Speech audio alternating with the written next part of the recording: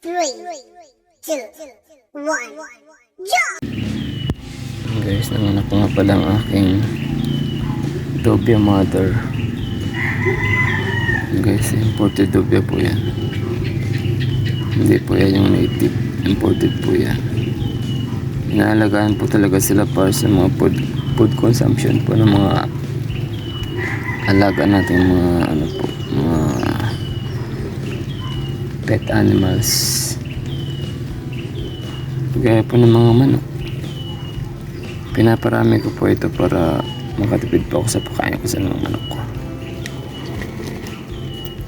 Para pag marami na po sila, hindi na po ako bibili ng feeds. Ito na po mismo yung pagkain ko sa kanila. Yan guys, oh. Ngayon ko lang na-acton to guys ng bagong panganak. Ang bagong panganak pala siya guys is maputi pa lang siya.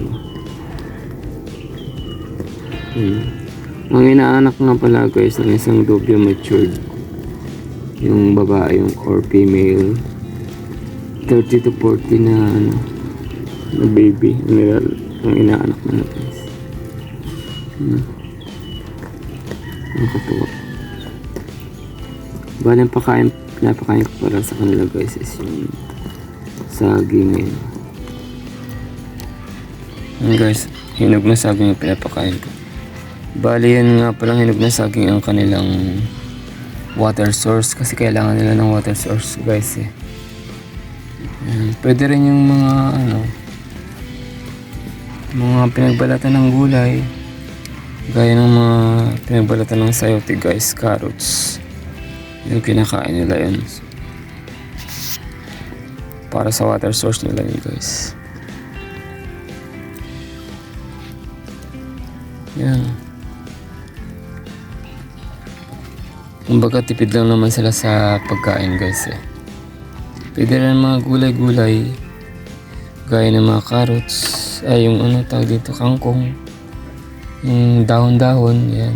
Malunggay guys, pwede rin dahon ng malunggay. Pinapakain ko din sa kanila. Talbos ng kamote, basta yung mga dahon-dahon guys, mga mas sustansyang dahon pwede rin pakain sa kanila. Nakakatawa guys, diba? Nadagdagan na naman sila.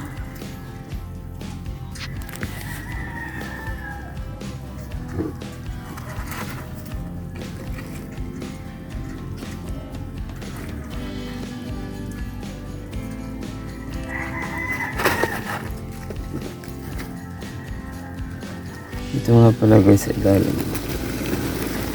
Yung mga iba, yung matured na yun. Kasi marami yan guys. Anak na rin. Ito nga pala yung lalaki guys, may pakpak siya. Yung mga walang pakpak babae guys. Yan malalaki yan guys, ng klase. Kasi mga imported nga sila.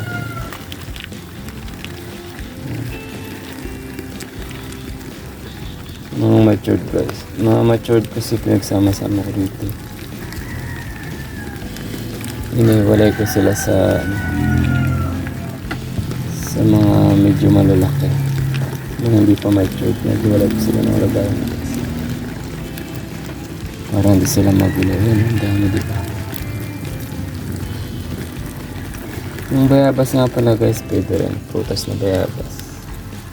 Kasi nilalagyan ko rin sila ng prutas na bayabas minsan. Kung may nakukuha ako.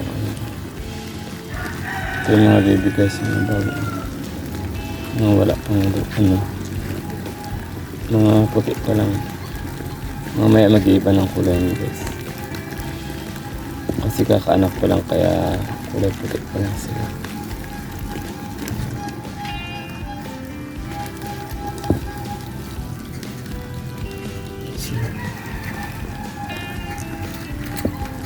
Biglang dami na naman to guys.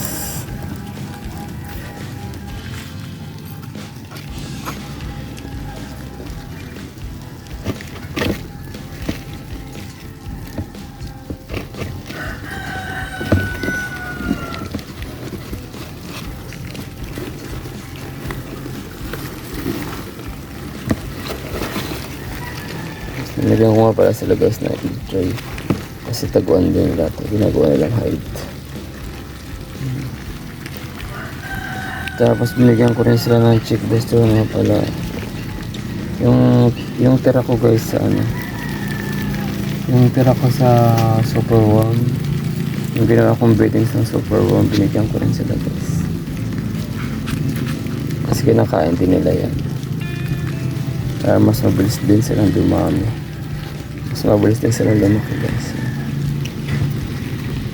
Binigyan ko rin sila. Tapos dito nga pala nilalagay guys sa egg tray yung pagkain nila kasi parang hindi magkalat guys. Diyan ko nilagay yung chick booster.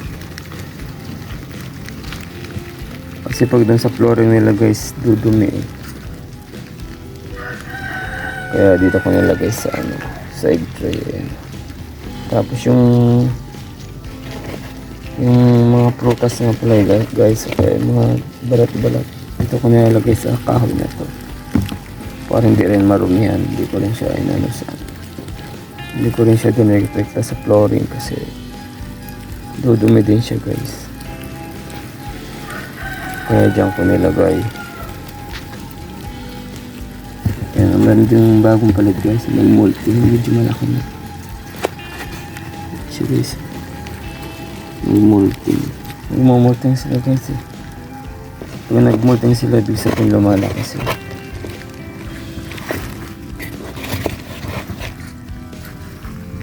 Dito guys sa ilalim nitong ano, egg tray sigurado marami. Guys, ang dami mga matured na.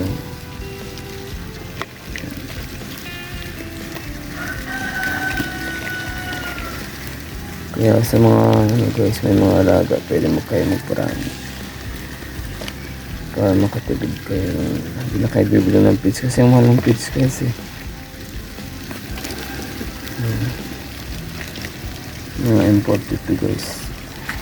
Hindi ito yung ano, hindi ito yung ipis bahay guys. Mga imported sila. Tsaka malilinis sila. Hindi sila yung mababaho na ipis. Dami guys. Yung mga naunang baby medyo malalaki na.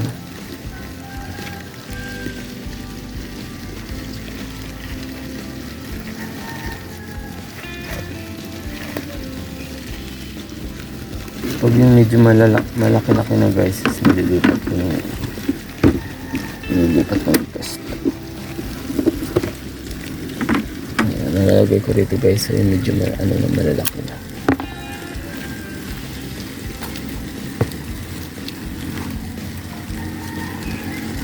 Ito yung mga medyo malalaki na guys. Ayan sila. Marami na rin. Pinaghihiwalay ko sila. Yung kagaya mga ganito kalalaki guys. Hiwalay ko na sila guys. Dito ko sila palalakin guys sa kabilang lagayan. Para hindi sila maging crowded dito guys.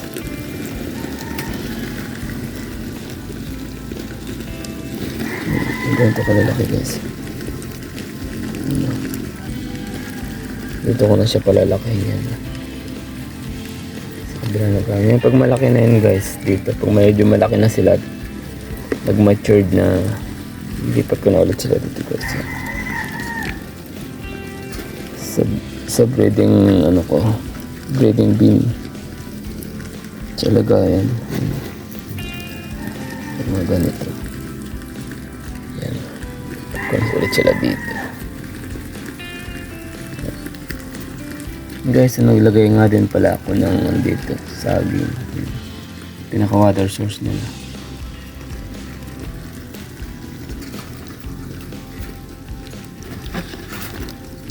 Ganito ko lalaki guys. Nahulog ko siya.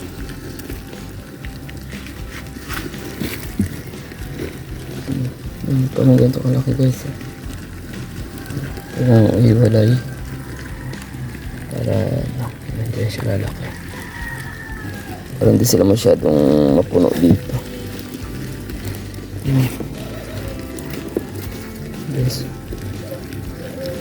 Ito nga pala pag malapad guys, paglaki nito is babae. Ayan, pag malapad na katawan. Ayan. Malapad siya guys, babae yan. Pag mahaba guys, lalaki yan. Parang ganito guys, mahaba. Ayan. Haba yung katawan niya. Yung lalaki, female. Ay, male siya. Male. Male siya guys. Mahaba ang katawan niya. Ito siya dito.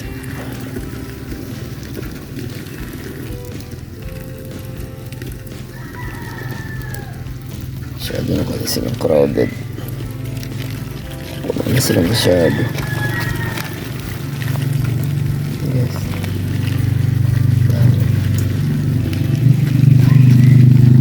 Yes. Para makatipid. Yun ang technique. Kasi sa panahon ng guys, mahal ng pizza. Kaya gawa tayo ng paraan para makatipid tayo. Papatay-patayin siya guys.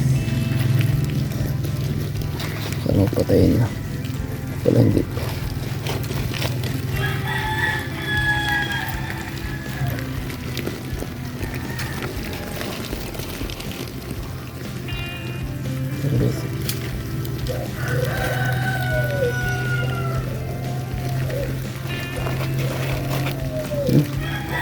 Bilis na mga lakad guys eh.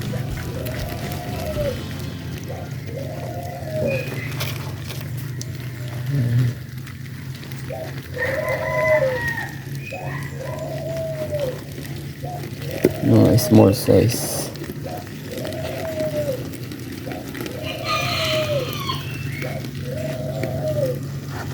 Small size ang nilipat ko guys.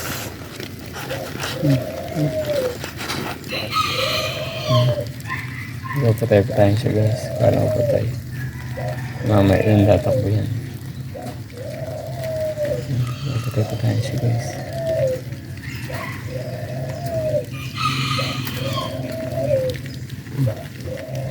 Ayan guys, patay.